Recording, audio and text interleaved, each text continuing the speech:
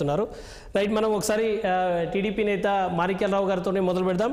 మాణిక్యాలరావు గారు నమస్తే సార్. నమస్తే అండి సార్. ఏంటి ఫుల్ కాన్ఫిడెన్స్ వచ్చిందా ఏంటి? మొన్నటి వరకు రెడ్ డైరీ అని చెప్పి అన్నారు, ఇప్పుడు డైరెక్ట్గా పెన్నులు రెడీ చేసుకుంటున్నారు సంతకాలు పెట్టడానికి. నమస్కారం అండి. మీకు ప్యానెల్లో ఉన్నటువంటి కృష్ణరాజు గారికి, ఆంజనేయ రెడ్డి గారికి, అట్లాగే మూర్తి గారికి, ప్రేక్షకులందరూ కూడా నమస్కారం అండి. ఈ రాష్ట్రంలో ప్రజలందరికీ కాన్ఫిడెన్స్ వచ్చేసిందండి. ఎట్టి పరిస్థితుల్లో జగన్మోహన్ రెడ్డి ఒక్క నిమిషం కూడా అధికారంలో ఉండటానికి వీల్లేదు. ఎన్నికలు ఎప్పుడొచ్చినా జగన్మోహన్ రెడ్డిని ఇంటికి పంపించాలనే కాన్ఫిడెన్స్ రాష్ట్ర ప్రజలకు ఎప్పుడో వచ్చేసింది. రాష్ట్ర ప్రజలందరూ కూడా కోరుకుంటా ఉన్నారు. అన్ని రకాలుగా రాష్ట్రాన్ని ఇబ్బంది పెట్టి, రాష్ట్ర వనరులు దోపిడీ చేసి, రాష్ట్రంలో అరాచకాలు సృష్టించి, దోపిడీతోటి అవినీతితోటి జేబులు నింపుకున్నటువంటి జగన్మోహన్ రెడ్డిని ఏమాత్రం అధికారంలో ఉంచడానికి వీల్లేదనే విషయంలో. అట్లాగే మీరు ఇప్పుడు చెప్తా ఉన్నారు రెడ్ బుక్ పోయిందని. రెడ్ బుక్ ఎక్కడికి పోలేదండి. ఏ అధికారులైతే తప్పుడు తడకలతోటి ఉన్నారో, ఏ అధికారులైతే జగన్మోహన్ రెడ్డి వికృత ఆకాంక్షని నెరవేర్చడం కోసం తప్పులు చేశారో, ఏ అధికారులైతే తప్పుడు కేసులు పెట్టి ప్రతిపక్షాలని ప్రజల్ని ఇబ్బంది పెట్టారో, ఏ అధికారులైతే అప్పనంగా పేద ప్రజల భూములు లాక్కున్నారో, ఏ అధికారులైతే ప్రజల్ని పీల్చి పిప్పిలు చేసి ఆ తప్పులన్నిటి కూడా ప్రతిపక్షాల మీద నెట్టారో, వాళ్ళందరూ కూడా ఖచ్చితంగా తప్పులు చేసినటువంటి అధికారుల్ని శిక్షించక తప్పదు. అది రెడ్ బుక్ ఎక్కడికి పోలేదు, రెడ్ బుక్ అక్కడే ఉంది. ఇప్పుడు మీరు చెబుతున్నట్టుగా మెగా డిఎస్సి విషయంలో చంద్రబాబు నాయుడు గారు చాలా స్పష్టమైనటువంటి హామీ ఇస్తా ఉన్నారు. ఉమ్మడి ఏదైతే అధికారం వస్తుందో, అధికారం వచ్చిన వెంటనే ఖచ్చితంగా మెగా డిఎస్సి ఇస్తాము, ఆ మెగా డిఎస్సిలో ఖచ్చితంగా మొదటి సంతకం చేస్తామని చెప్పేసి చంద్రబాబు నాయుడు గారు చెప్తా ఉన్నారు.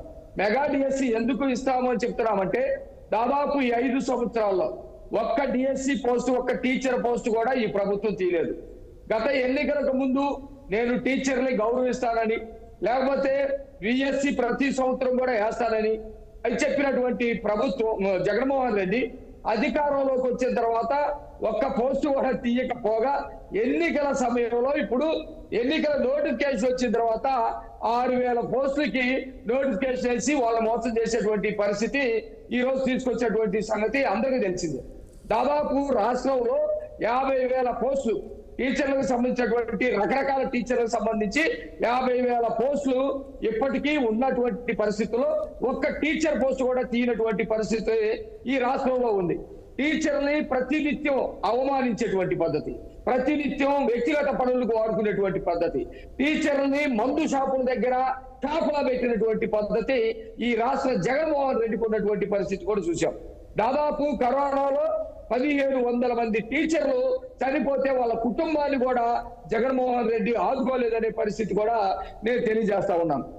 అట్లాగే రాష్ట్రంలో అనేకమైనటువంటి ప్రాథమిక స్కూల్స్ ఏవైతే ఉన్నాయో ఆ స్కూల్స్ మొత్తాన్ని కూడా ఎత్తేసి ఉన్నతమైనటువంటి స్కూల్లో కలిపినటువంటి పరిస్థితి కూడా ఉంది.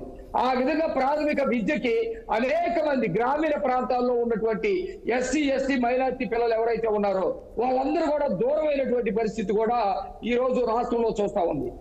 కేంద్రం కూడా ఒక విషయంలో చెప్పింది, ఈ రాష్ట్రంలో ఏదైతే దాదాపు ప్రాథమిక విద్య ఉందో ఆ విద్య 29వ స్థానానికి పడిపోయినటువంటి పరిస్థితి ఉందని కేంద్ర ప్రభుత్వం కూడా పార్లమెంట్ లో చెప్పినటువంటి పరిస్థితి ఉంది.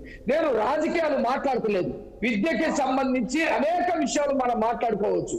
పిల్లలు మాకు అమ్మఒడి వద్దు, మా స్కూల్స్ మాకు ఉంచండి అని చెప్పేసి చిన్న పిల్లలు రోడ్ల మీదకి వచ్చి ధర్నాలు చేసినటువంటి పరిస్థితి ఈ రాష్ట్రంలో కనపడతా ఉంది. ఏం నెరవేర్చుకున్నాడు జగన్మోహన్ రెడ్డి? కాబట్టి వీళ్ళందరికీ భరోసా కల్పించే విధంగా, టీచర్ని గౌరవించే విధంగా, ఈ ప్రాథమికోన్నత పాఠశాలని అక్కడే ఉంచే విధంగా మేము నిర్ణయాలు తీసుకోవాలి. టీచర్స్ లేకుండా పిల్లల్లో విద్య ఏ విధంగా వస్తుంది, గ్రామీణ ప్రాంతాల్లో విద్య వికాసం ఏ విధంగా జరిగింది?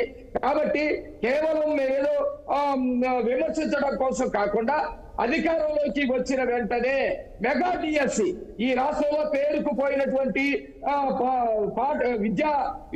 పేరుకుపోయినటువంటి ఏవైతే టీచర్ పోస్ట్ ఉన్నాయో వాటి మొత్తాన్ని కూడా మొట్టమొదటి సంతకంతో ఫిల్ చేస్తామని చెప్పారు. రెడ్ బుక్ సంబంధించినటువంటి అంశం అది వేరు. అట్లాగే టీచర్ పోస్టు భర్తీ చేయడానికి సంబంధించినటువంటి మొదటి మాటలు కూడా నిలబెట్టుకునేటువంటి పద్ధతిలో చంద్రబాబు మాణిక్యాలరావు నాయుడు గారు ముందుకెళ్తారని చెప్పేసి ఈ సందర్భంగా తెలియజేస్తా ఉన్నాం. మాణిక్యాలరావు గారు, మీరు ఒక విషయం చెప్పగలరా? మీరంటే బాగా స్టడీ చేసి వచ్చినటువంటి సబ్జెక్ట్ మీద ఇప్పుడు గతంలోనే ఆల్రెడీ ప్రకటించినారు 56,000 పోస్టులు ఖాళీ ఉన్నాయని చెప్పి అన్నారు. తర్వాత ఆ సంఖ్య తగ్గినట్టుంది. అంటే మీరు చెప్తున్నట్టుగా 50,000 పోస్టులు ఒకటేసారి ఫిలప్ చేసే అవకాశం ఉందా? నేనేమంటున్నానంటే ఇప్పుడు మొత్తం ఈ విద్యా వ్యవస్థను మొత్తాన్ని సర్వనాశనం చేసినటువంటి పరిస్థితి జగన్మోహన్ రెడ్డి. వాస్తవానికి ప్రాథమిక విద్య అంటే తల్లితో సమానం.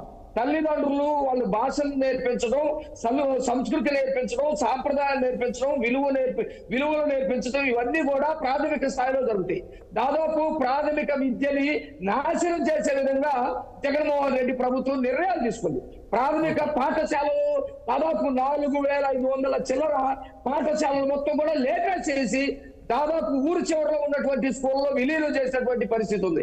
కాబట్టి మెగా డిఎస్సి, జంబో డిఎస్సిని మాకు ప్రభుత్వం ఇచ్చిన తర్వాత వెంటనే విడుదల చేసి టీచర్లు రిక్రూట్మెంట్ చేసి ప్రాథమిక విద్యని మళ్ళీ వికసింపజేసేటట్టుగా మేము నిర్ణయాలు తీసుకుంటా ఉంటాం. అందుకనే చాలా సమస్యలు ఉన్నాయి ఈ రాష్ట్రంలో. అనేకమైనటువంటి సమస్యలు ఈ ప్రభుత్వం, జగన్మోహన్ రెడ్డి ప్రభుత్వం సృష్టించింది. కానీ విద్య అనేది ప్రధానం కాబట్టి ఈ దేశంలో విద్య ఉంటేనే ప్రతి ఒక్కరికి కూడా వాళ్ళ జీవన విధానం మారింది. కాబట్టి దానికోసం మెగా డిఎస్సీనే మొట్టమొదటి సంతకం పెడతామని చెప్పేసి చంద్రబాబు నాయుడు గారు ప్రకటిస్తా ఉన్నారు. అది జరిగి తీరుతుంది, వీళ్ళు ఆపలేరు. Right sir, okay. Anjaneya Reddy గారు ఎట్లా చూడాల్సి ఉంటుంది? టీడీపీలో కాన్ఫిడెన్స్ పెరిగిందా? కాన్ఫిడెన్స్ బిల్డ్ చేసే ప్రయత్నం చేస్తున్నారా? మొత్తంగా ఇది ఒక రకంగా ఎవరన్నా పార్టీలు అంటే అధికార పార్టీకి అనుకూలంగా వ్యవహరిస్తే వారి పేర్లని